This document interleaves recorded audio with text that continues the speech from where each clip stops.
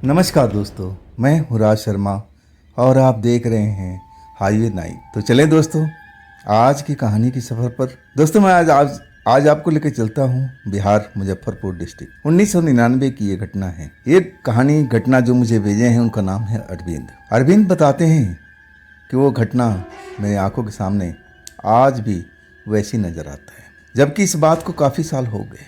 कहते हैं अरविंद कि मैं जब रात को बस से उतरा था तब मुझे लगा था कि मैं जैसे हमेशा अपने घर चला जाता हूँ, डरता नहीं हूँ, आज भी अपने घर पहुँच जाऊँगा। लेकिन वो अमावस की रात थी। अरविंद बताते हैं कि मैं जवान था, जो सीला था। डर नाम का चीज़ मेरे अंदर नहीं थी। शहर में नौकरी करता था। तो आइए जानने की कोशिश करते हैं अरविंद के ही पॉइंट ऑफ व्यू से। दोस्तों मेरा नाम अरविंद है। मैं भूत प्रेत से डरता नहीं था। नाम सुना था और मुझे खौफ नहीं आता था।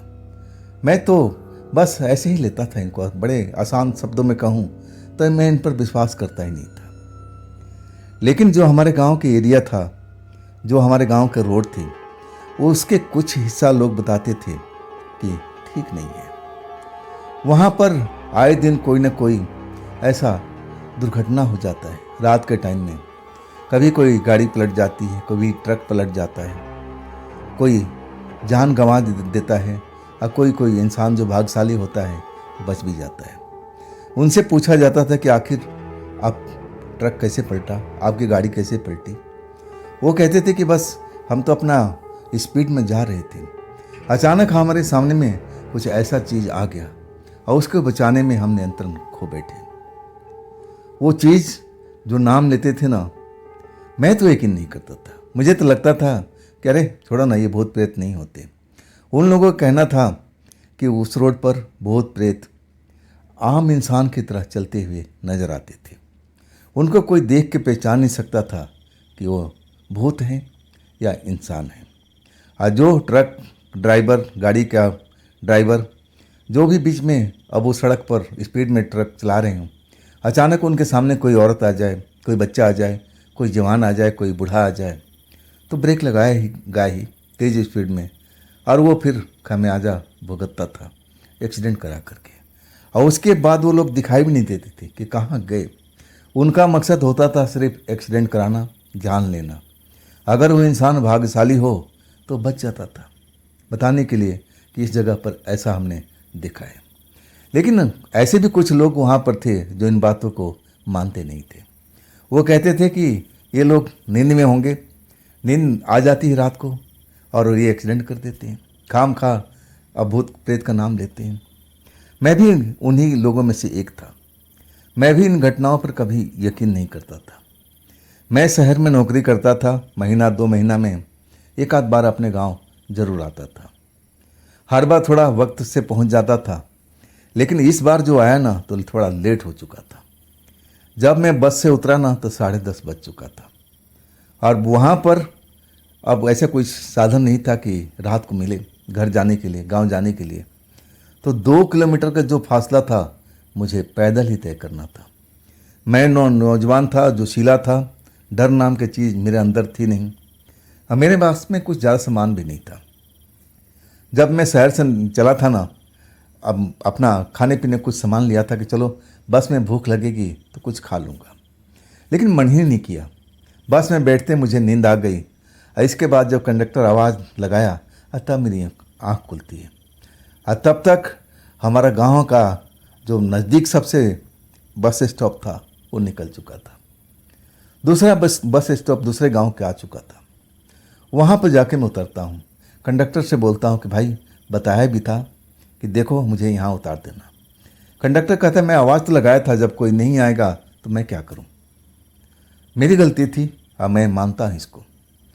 अब इसके बाद मैं पैदल ही अपने स्टैंड पर पहुंचता हूं। थोड़ा लंबा फासला भी हो जाता है। और इसके बाद जब अपने स्टैंड पर पहुंचता हूं, वहां पर एक आध दुकानें भी थी जो उस टाइम में बंद पड़ी हुई थी। वहां कोई रहता नहीं था। लोग बाग सुबह आते थे, अपनी दुकान लगाते थे, नाश्ता पानी, चाय पानी, पान बीड़ी का, और फिर साइकिल पर अपना सामान रखते थे शाम के टाइम और अपने अपने बस्ती, अपने गांव की तरफ चल देते थे। वहाँ पर एक ऐसे ही बस स्टैंड बना हुआ था, पुराना सा, ताकि लोग बरसात में, धूप में बचाव हो सके। मैं उसी बस स्टैंड पर आया हूँ। मैं इतना पैदल चला था कि थोड़ा सुस्ताना चाहता था।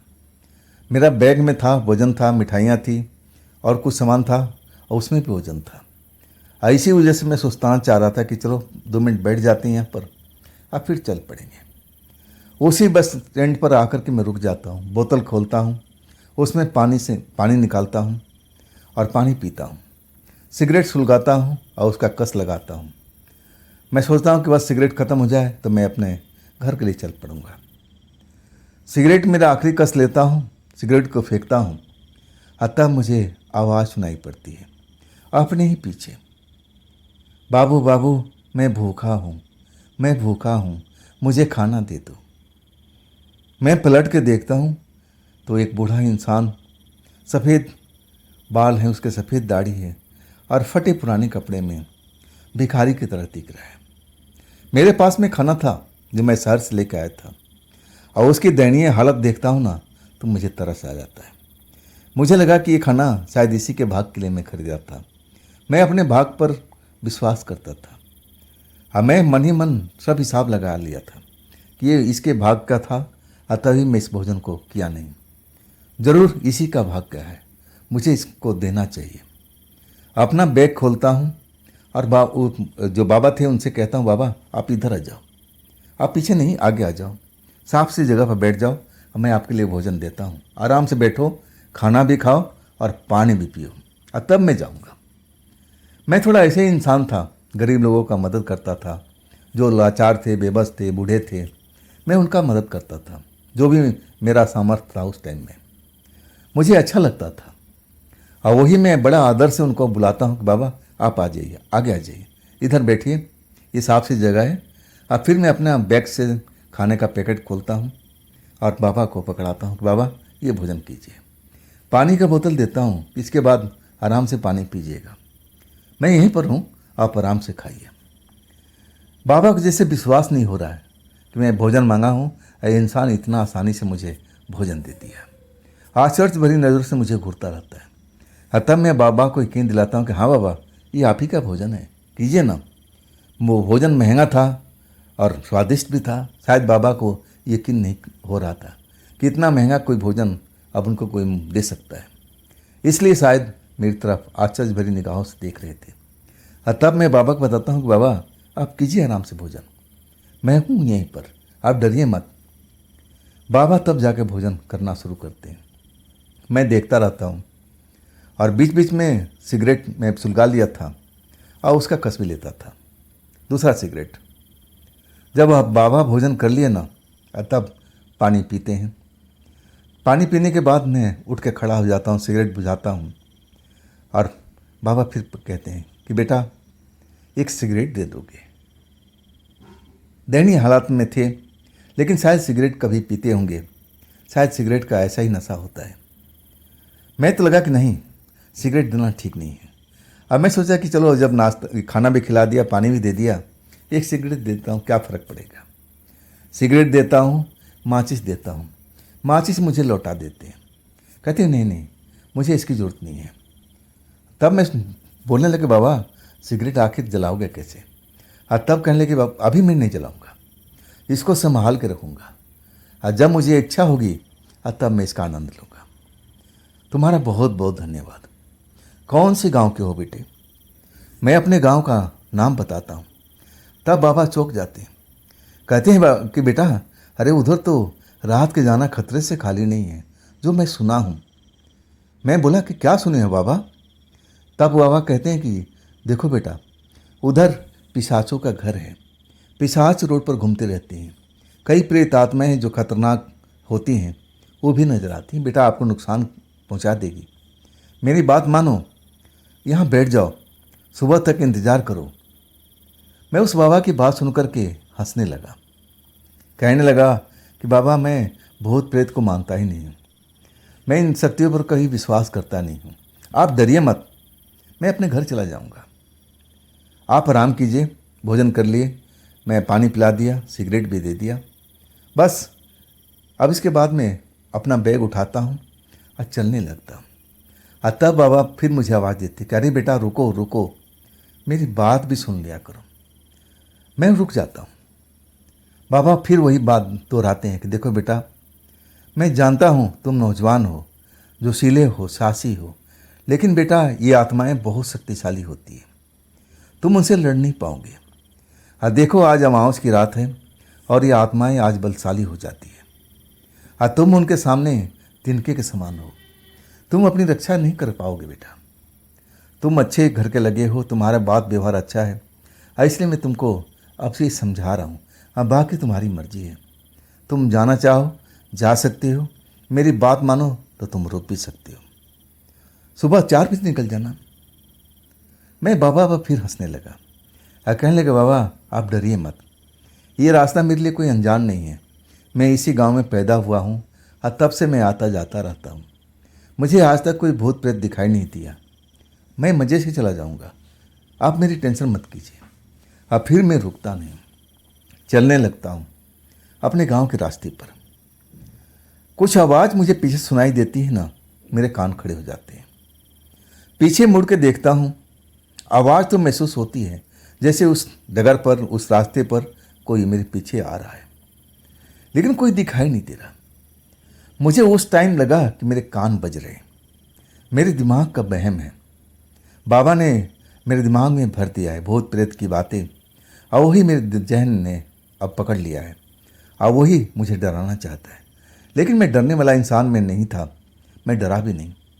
मुड़ मुड़ के जरूर देखता था, रुक जाता था कुछ देर, समझने की कोशिश करता था कि आवाज़ तो सुनाई पड़ रही है, लेकिन लोग दिखाई क्यों नहीं दे रहे, कौन है ये लोग। जैसे मेरे आसपास में कुछ चलने की आवाज़ सुनाई दे रही है। मैं उन चीज़ों से डरता नहीं हूँ, मुझे लगा कि मेरे दिमाग का वहम है, उपज है और कुछ नहीं है। फिर मैं अपना आगे रास्ता चलता रहता हूँ। एक जगह पर मैं देखता हूँ ना, तो मेरे आँखों पर विश्वास नहीं होता।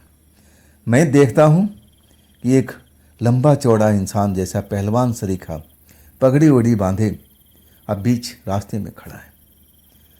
उसकी आंखें देख करके मुझे बड़ा अजीब लगा। पहली बार मुझे लगा कि कहीं ये जैसे लोग बताते हैं कि कहीं प्रेतात्मा, कोई पिशाच, ऐसा तो नहीं है। आंखें अंगार की तरह दहक रही थी। मुझे लगा कि नहीं नहीं ऐसा नहीं, मेरे आंखों का धोखा है, अभी मेरे सामने से हट जाएगा।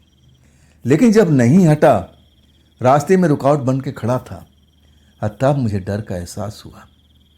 उसका चेहरा ध्यान से देखने की कोशिश करता हूँ, लेकिन चेहरा तो स्याह था, काला रंग का चेहरा, जैसे कोई ऐसा काला पेंट कर दिया गया उसके शरीर पर। आंखें बस अंगार की तरह दिख रही थी, लंबे लंबे बाल थे और जो हवा चल रही थी तो इधर उधर झूल रहे थे।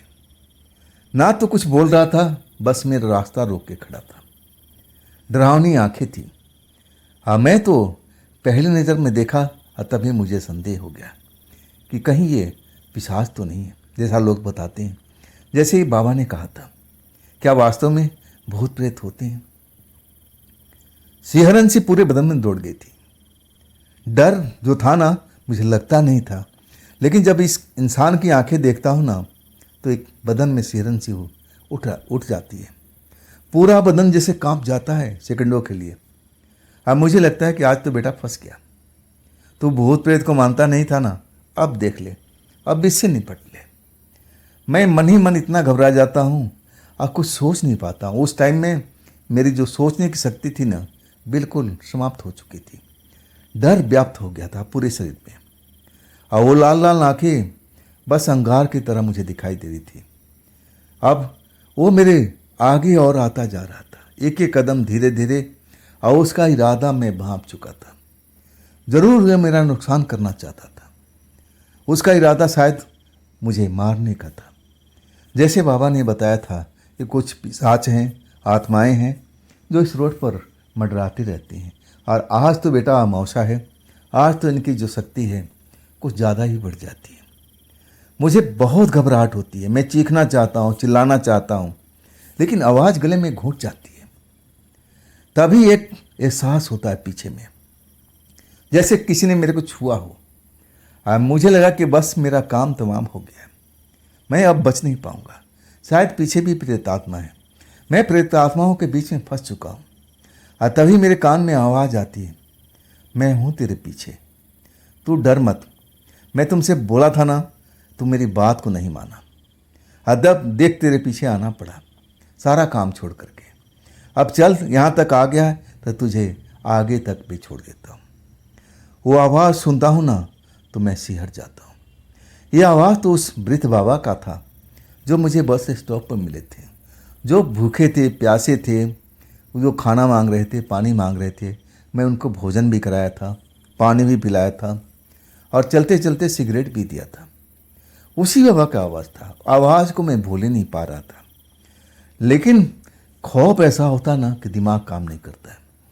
जैसे मुझे कोई धकेल रहा हो कि तू रुक मत, चल आगे, तेरे पीछे मैं हूँ, मैं तेरी मदद कर रहा हूँ। मेरी रहते हुए तुझे कोई छू नहीं सकेगा। तू तो अब इन शक्तियों को मानता नहीं ना, तू इन शक्तियों को देखा नहीं ना। तू तो इसी गांव का रहने वाला, हमेशा रात बिरात आता रहता है। तो देख भी ले, शक्ति को जान भी ले, इनसे मिल भी ले, ताकि तुझे विश्वास भी हो जाए। लेकिन देर मत कर, चलते रहा जैसे मुझे कोई पीछे से धकेल रहा हो। अब मैं उसकी पावर से आगे बढ़ता जा रहा हूँ। अब वाकई में वो काला इंसान मेरे रास्ते से कब हट गया मैं तो देख ही नहीं पाया। पूरा रास्ता क्लियर था, कोई रुकावट नहीं थी। अब वो जो मुझे धकेल रहे थे पीछे अभी भी कर रहे थे, अभी खतरा कम नहीं हुआ है। मैं तुझे गांव के नज़दीक पहुंचा दूंगा, तू डर मत, तुझे कोई छू भी नहीं पाएगा। लेकिन आगे से गांठ मान लेना, मैं हमेशा तेरे लिए तैयार नहीं रहूँगा। मैं तो गलती से उस जगह पर आ गया था। अगर मैं नहीं होता तो शायद तू आज रात बच भी नहीं पाता। तू इन दुष्ट आत्माओं का शिकार बन जाता। ना तो कुछ बात कर पाता, ना मैं बचाव कर पाता। तेरी किस्मत आज अच्छी थी कि जो मैं तुझे देखा। अब मुझे एहसास हो गया था कि तेरे साथ में बहुत बड़ा खेल होने वाला है। और तब तेरे मेरे नज़दीक आया। बाबा अपनी आवाज़ में कहते जा रही थी।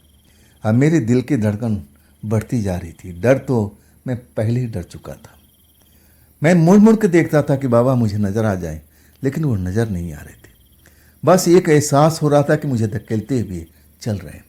हाँ, कह रहे हैं कि जितना जल्दी तेज चल सकता है चल। और वही मैं कर रहा था। जब मैं अपने गांव के सीमा रेखा में पहुंच जाता हूं, तब वो एहसास खत्म हो जाता है।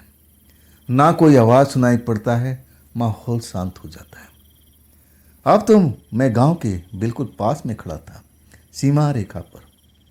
अब फिर मैं दौड़ता हूँ, पीछे मुड़ मुड़ के देखता हूँ कि कोई मेरे पीछे तो नहीं आ रहा, कहीं बाबा तो नहीं है, कोई आत्माएं तो नहीं है।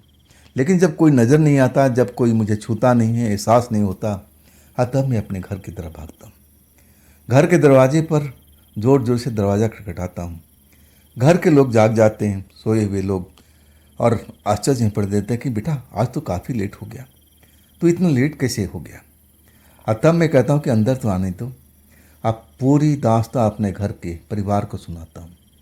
सारे लोग मेरी बात सुन करके हिल जाते हैं और कहते कि बेटा वो बाबा कोई प्रेत आत्मा जरूर थे, लेकिन वो दुष्ट आत्मा नहीं थे, वो भले लोग थे। शायद वो जान चुके थे कि आज तू खतरे में है और तुझे अब एक तरह से वो मिल गए स्टैंड पर, तेरा दिल देखने के लिए कि तू दिल का कैसा इंसान है, सच्चा है, तेरे दिल में क्या चल रहा है लोगों के प्रति। शायद उन्होंने परीक्षा लिया था तेरा, तो उन्हें उनको भोजन कराया, पानी दिया, जो मांगे उनको दिया, और तब उनको लगा कि ना ये लड़का सच्चे दिल का है, इसकी मुझे मदद करना चाहिए। और तब वो बाबा तेरे पीछे लगे हैं। अगर वो बाबा नहीं होते तो शायद तू घर नहीं आ सकता था। मेरे परिवार को जो कहना था बिल्कुल सत्य बात थी। शायद बाबा ने मेरा परीक्षा लिया था और उस परीक्षा में मैं बिल्कुल पास हो गया था, और तब वो जाकर के मेरी मदद किया था। नहीं तो अमावस की रात, और ऊपर से जो एरिया था बड़ा ही भयानक प्रेतों का था, और रात में मंडराते रहते थे, और रास्ते में मैं अकेले था। 2-4 लोग होते तो अलग भी बात थी। वो किस्सा कहानी जो मैंने पहले सुना था, मैं जिन पर हंसा करता था कि लोग बाग झूठ मूठ बोलते रहते हैं, कोई प्रेत आत्माएं नहीं होती, कोई प्रेत आत्मा किसी को पकड़ती नहीं। अब मेरे आंखों के सामने सब कुछ घटा था। तब मुझे एहसास हुआ कि हाँ, ये भी होती हैं, इनका भी अस्तित्व है इस दुनिया में। मुझे इन लोगों से दूर रहना चाहिए, इनके नज़दीक कभी नहीं जाना चाहिए। तो दोस्तों, ये थी आज की अरविंद जी की भेजी हुई घटना। ये घटना आपको कैसी लगी कमेंट में ज़रूर बताइएगा।